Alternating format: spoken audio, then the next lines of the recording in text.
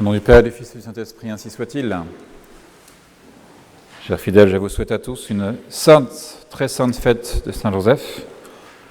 Nous avons le droit de bénéficier des grâces de Saint-Joseph.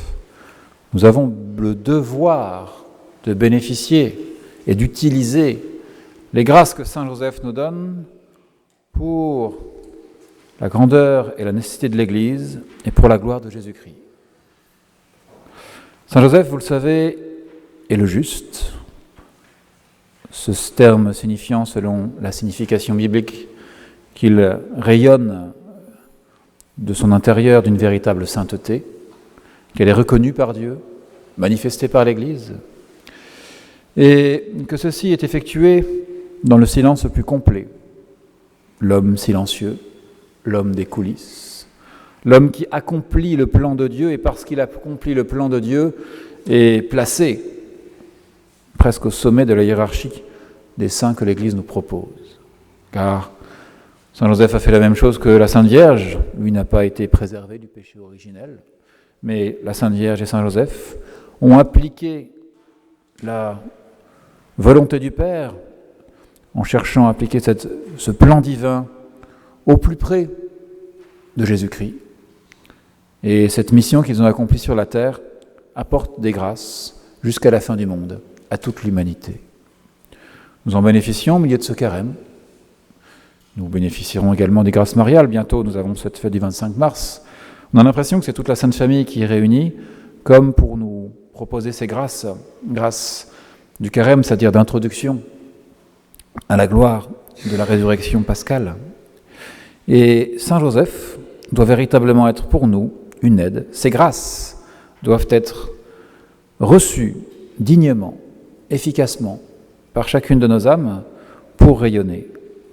Ce Saint Joseph, qui a été longtemps occulté, on pourrait dire, dans l'Église, sa dévotion, que ce soit sa fête liturgique, que ce soit son invocation, a été assez récente, eu égard à, quand on compare à l'histoire de toute l'Église depuis 2000 ans.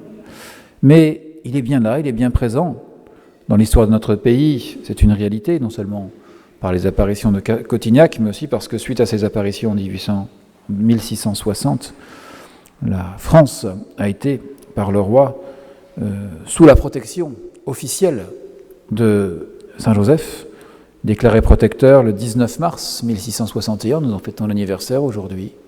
C'est une réalité pour nous, de même que c'est une réalité que Saint Joseph a été déclaré sous le pape Léon XIII, le protecteur de l'Église universelle. Car Saint Joseph protège, Saint Joseph guérit, Saint Joseph convertit. Et nous avons besoin de ces grâces pour faire en sorte que durant cette sainte quarantaine, tout spécialement, nous avancions selon la volonté du Christ, c'est toujours la même chose, pour la gloire du Christ, en utilisant les grâces que Saint Joseph donne. Nous avons besoin d'une grâce de conversion dès le début de ce carême, qui est bien entamé. Eh bien, écoutons ce que Saint Joseph peut faire. Écoutons ce que Saint Joseph a fait. Nous sommes à la fin du XIXe siècle, et c'est le père Jean, l'abbé de Fontfroide, donc abbaye qui est située tout au sud, près de Béziers, par là, Carcassonne, entre Béziers et Carcassonne, qui nous raconte un simple fait, parce que à chaque fois, Saint Joseph n'est pas l'homme des miracles éclatants. Il est l'homme des situations résolues dans toutes les conditions personnelles que nous connaissons et qui apporte une véritable solution surnaturelle. Le père Jean était en séjour, non pas dans son abbaye de Fontfroide, mais à Sénanque, en Provence. Et il dit, je me promenais un soir, contre mon habitude, dans un préau à côté de la porte d'entrée de l'abbaye. Et le frère portier vient me prendre. Un monsieur vous demande. Moi, il me connaît?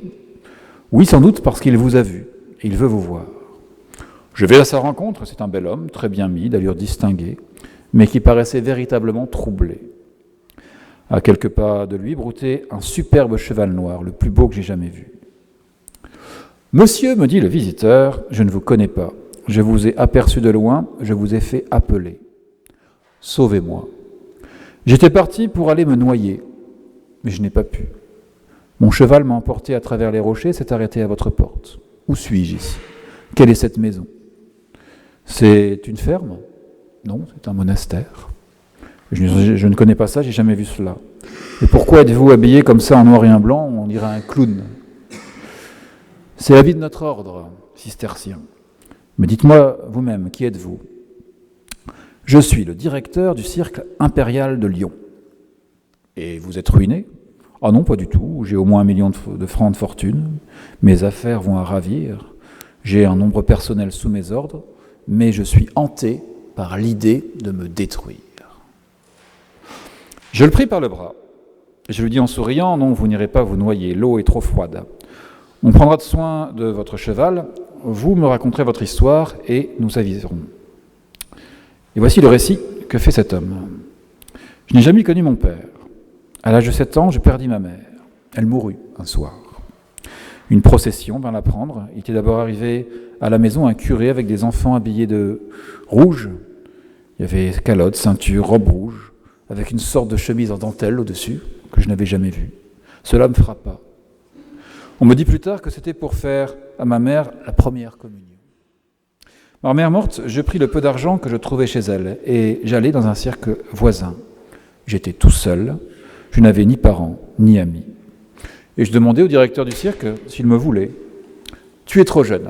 Alors va dire à ton père, j'en ai pas. Bon, et à ta mère, on l'a enterrée aujourd'hui. Où restes-tu » Je lui dis. « Reviens demain, nous verrons. » Et je revins, il me prit. Quand je fis partie de sa troupe, il me traita toujours comme un fils. Il me laissa son cirque en mourant, et je suis allé partout, j'ai gagné beaucoup d'argent. Mais depuis quelque temps, je suis comme dévoré, je suis malheureux, je veux me noyer. Avez-vous la foi? Je ne sais pas ce que c'est. Croyez-vous en Dieu? Oui, vaguement, mais je ne sais pas non plus ce que c'est. Savez-vous faire le signe de croix? Ma mère le faisait faire, elle me le faisait faire. Je ne l'ai plus fait depuis. Elle m'a également appris une prière qu'elle me faisait réciter tous les jours. Je vais vous la lire. Et il me récita la prière Ave Joseph. Vous la dites quelquefois? Je n'ai jamais omis de la réciter chaque soir avant mon repos. Et savez-vous qui est Saint Joseph? Pas du tout. Et pourquoi êtes-vous malheureux? Je n'en sais rien. L'ennui m'a pris, le dégoût de tout, puis de la vie même. J'ai poussé mon cheval au bord du Rhône, mais il a bondi en arrière, il s'est échappé. Pour la première fois de ma vie, je n'ai pas été le maître de mon cheval. Eh bien, c'est la Providence qui vous a guidé jusqu'ici. Mais qu'est-ce que c'est que la Providence? C'est la main de Dieu devenue sensible. Vous avez été baptisé, et Dieu ne veut pas vous laisser mourir comme un païen. Ce n'est pas dans le Rhône, mais dans les eaux de la grâce qu'il faut vous noyer. Nous travaillerons ensemble. Jamais à cette heure je ne descends dans le jardin. En m'y inspirant d'y venir, le bon maître m'a envoyé vers vous. Je vous plains de toute mon âme, mais je vais vous aider. Vous mangerez avec nous ce soir, vous dormirez sur la dure, et demain, au lieu de repartir, vous passerez la journée ici. En fait, il ne resta pas seulement le lendemain, mais 3 jours entiers. Je l'instruisis des vérités fondamentales, il était intelligent, et il avait compris que ni les plaisirs ni la fortune ne donnent le bonheur. Il se confessa, il communia, je le renvoyai malgré lui. Il revint chez lui tout transformé, régla ses affaires, vendit son cirque, distribua l'argent aux pauvres et se fit religieux. Quelques années plus tard, il fut pris d'une forte fièvre et mourut comme un saint, tout jeune encore et inconnu. Voilà ce que fait, en guise de conversion, une prière quotidienne, même incomprise, faite à Saint Joseph. Il protège, et il est là pour protéger jusqu'au bout. Il convertit, il change les situations. Et vous savez que nous avons besoin, toujours, de conversion, c'est-à-dire de nécessité de retourner le vieil homme pour qu'il aille là d'où il vient, et faire en sorte que ce soit le nouvel homme qui soit présent. Saint Joseph convertit, mais Saint Joseph protège. Un chirurgien danois m'avait, dit un homme, véritablement étonné par sa dévotion à Saint Joseph. Et il me dit effectivement, le soir, eh bien, je prie régulièrement, mais pourquoi Je n'aime pas parler des faits vécus, surtout quand ils me touchent, et spécialement dans le domaine religieux. Mais je vais vous expliquer mon histoire. Écoutez ce qui m'est arrivé. Une nuit d'hiver, je prends un train. Et dans le compartiment faiblement éclairé, je suis tout seul, avec une grosse somme d'argent destinée à fonder une clinique. J'ai dû m'endormir, ou du moins être assoupi par la suite des fatigues dues à mes voyages de nuit. Et je ne reprends conscience que lorsqu'une ombre silencieuse se penche sur moi, et que l'individu me serre la gorge. Impossible de saisir le signal d'alarme, impossible de me dégager, impossible d'appeler au secours. C'est un véritable colosse qui essaye de m'enfoncer un bâillon dans la bouche. Alors je pense à Saint Joseph. Et à mon appel, normalement il est toujours venu au secours, qu'arrivera-t-il maintenant ? Eh bien au même moment, un formidable coup de poing venu de l'extérieur de la fenêtre du train s'abat sur mon agresseur qui lâche prise. Nos regards se tournent en même temps vers la vitre, où apparaît un visage. Et quel visage ? Et le médecin montre la statue de Saint Joseph qui se trouve sur son bureau. L'homme qui m'écrase sous son genou pousse un cri et disparaît. Comme sortant d'un rêve, je regarde autour de moi. Le compartiment est totalement vide. L'homme qui raconte son histoire tire le tiroir de son bureau. Il continue. Seul ce bâillon que je vous montre et ce rasoir se trouvaient à côté de moi sur la banquette.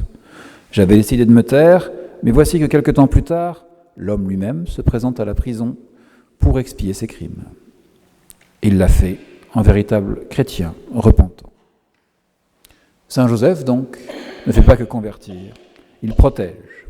Et à chaque fois, ce sont des petits faits, des histoires privées, non connues, mais qui montrent une véritable présence, une présence protectrice.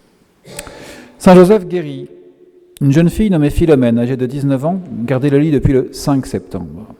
Une maladie nerveuse, avec des suites ordinaires, mais qui faisait en sorte que tout mouvement lui devenait insupportable et que son estomac ne s'ouvrait même pas une petite cuillerée de bouillon. Il ne restait d'autre ressource que Dieu. Tous ceux qui approchaient de la jeune patiente la priaient d'avoir pitié de tant de misère.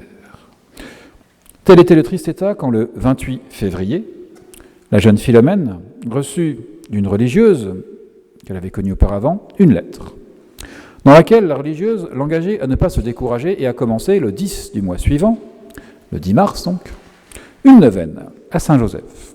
Neuvaine qui devait finir le jour même de la fête de ce grand patriarche. La confiance de la supérieure était si grande que la lettre se terminait par ces mots. « J'ai ainsi ferme espoir que je vous dis au revoir, au 19. J'espère qu'après Dieu, j'aurai votre visite. Notre maison est sous le patronage de Saint-Joseph. » Cette confiance était partagée par la malade qui annonçait avec assurance sa guérison pour le 19. Mais pendant la neuvaine, le mal ne fit que s'accroître. Le 17, la jeune fille était sous le coup de terribles douleurs. Mais le 18, elle se sentit soulagée. Et le 19, elle eut le bonheur de faire la Sainte Communion et quelques minutes après, elle se levait subitement, se jetait à genoux devant une image de Saint Joseph qui se trouvait à quelque peu bas de là sur la table. La guérison était aussi complète qu'instantanée. Tous les symptômes morbides avaient disparu, tous, sans en excepter un seul. Grâce soit rendue à Saint Joseph.